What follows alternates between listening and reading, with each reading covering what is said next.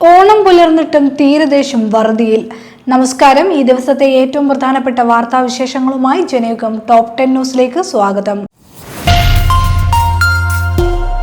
സംസ്ഥാനത്ത് ഓണവിപണികളും ആഘോഷങ്ങളും സജീവമാകുമ്പോഴും തീരദേശങ്ങളിൽ കടുത്ത പട്ടിണിയും വറുതിയും തുടരുന്നു. പരമ്പരാഗതമായി ഓണക്കാലത്ത് ലഭിച്ചുകൊണ്ടിരുന്ന ധനസഹായവും തണൽ പദ്ധതി വഴിയുള്ള ആനുകൂല്യങ്ങളും സർക്കാർ പൂർണ്ണമായി അട്ടിമറിച്ചതാണ് മത്സ്യത്തൊഴിലാളികളെ പ്രതിസന്ധിയിലാക്കിയിരിക്കുന്നത്.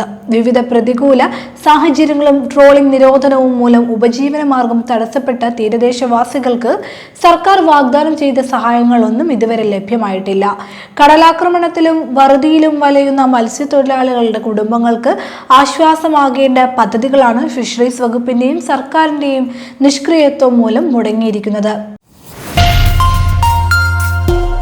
പുന്നമടക്കായലിൽ ആവേശം നിറഞ്ഞ 72ാമത് നെഹ്റു ട്രോഫി വള്ളംകളി ജേതാക്കളായത് അരോമ ചുണ്ടൻ. കന്നിപ്പോരിലാണ് കൊല്ലം ജില്ലയുടെ അരോമയുടെ മിന്നും പ്രകടനം. വാശിയേറിയ മത്സരത്തിൽ ഫോട്ടോ ഫിനിഷിലാണ് അരോമ ജേതാക്കളായത്.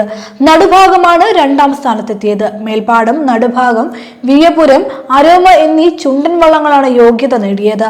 ആദ്യ ഹീറ്റ്സിൽ വിയപുരം 1ാമതെത്തിയിരുന്നു.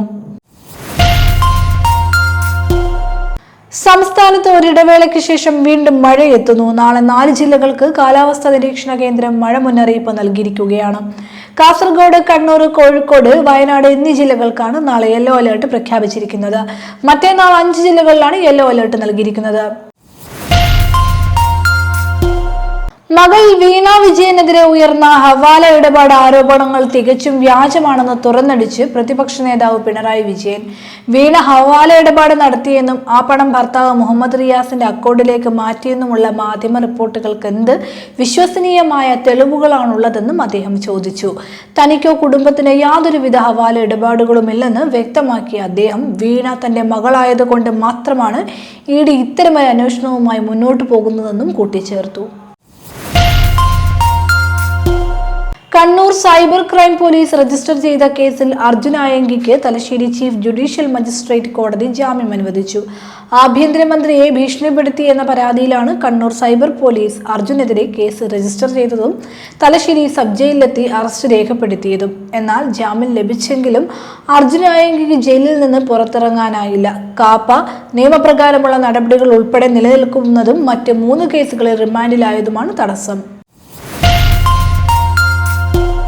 US കാനഡ വ്യാപാര കരാർ ചർച്ചകൾ അന്തിമഘട്ടത്തിൽ പരാജയപ്പെട്ടതോടെ കനാഡിയൻ ഉൽപ്പന്നങ്ങൾക്ക് 50% ഇറക്കുമതി തീരുവ പ്രഖ്യാപിച്ച അമേരിക്ക.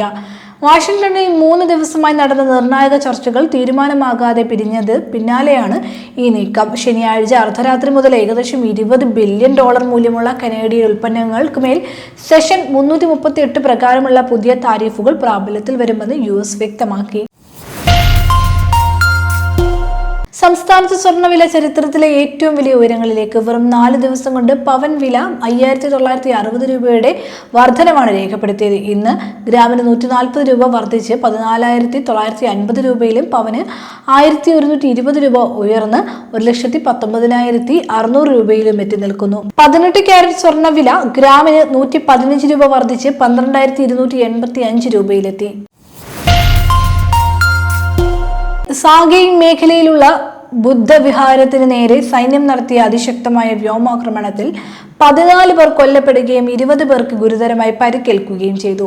മണ്ഡലത്തിൽ നിന്ന് ഏകദേശം 75 കിലോമീറ്റർ പടിഞ്ഞാറുള്ള മ്യൂങ് ടൗൺഷിപ്പിലെ സ്വെല്ലെ ഓ ഗ്രാമത്തിലാണ് സംഭവം നടക്കുന്നത്.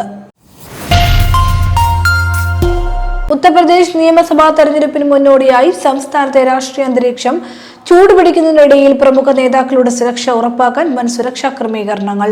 മുഖ്യമന്ത്രി യോഗി ആദിത്യനാഥ്, സമാജ്വാദി പാർട്ടി അധ്യക്ഷൻ അഖിലേഷ് യാദവ്, BSP അധ്യക്ഷ മായാവതി എന്നിവർ ഉൾപ്പെടെ ഉത്തർപ്രദേശിലെ 55 പ്രമുഖ രാഷ്ട്രീയ നേതാക്കൾക്ക് ബുള്ളറ്റ് പ്രൂഫ് ജാക്കറ്റുകൾ അനുവദിച്ചതായി വാർത്താ ഏജൻസിയായ ANI റിപ്പോർട്ട് ചെയ്തു. മുഖ്യമന്ത്രി വിജയ് നിയമസഭയെ സിനിമാ സെറ്റായി കാണുകയാണെന്നും ജനങ്ങളുടെ പ്രശ്നങ്ങൾ പരിഹരിക്കുന്നതിന് പകരം സഭയ്ക്കുള്ളിൽ പഞ്ച് ഡയലോഗുകൾ വിളമ്പാനാണ് അദ്ദേഹം ശ്രദ്ധ കേന്ദ്രീകരിക്കുന്നതെന്നും MK സ്റ്റാലിൻ. DMKയുടെ അടിയന്തര എക്സിക്യൂട്ടീവ് യോഗത്തിൽ സംസാരിക്കുകയായിരുന്നു അദ്ദേഹം. DMK ഭരണകാലത്ത് ജനങ്ങൾക്കായി കൊണ്ടുവന്ന വികസന പദ്ധതികളുടെ പേരുകൾ മാറ്റുന്ന തിരക്കിലാണ് നിലവിലെ മുഖ്യമന്ത്രിയെന്നും സ്റ്റാലിൻ പറഞ്ഞു. ജനയുഗം ടോപ്പ് 10 ന്യൂസിലൂടെ വീണ്ടും കാണാം. കൂടുതൽ വാർത്തകൾക്കും വിശേഷങ്ങൾക്കുമായി ജനയുഗം വെബ്സൈറ്റ്, യൂട്യൂബ്, വാട്സ്ആപ്പ് ചാനലുകൾ സന്ദർശിക്കുക.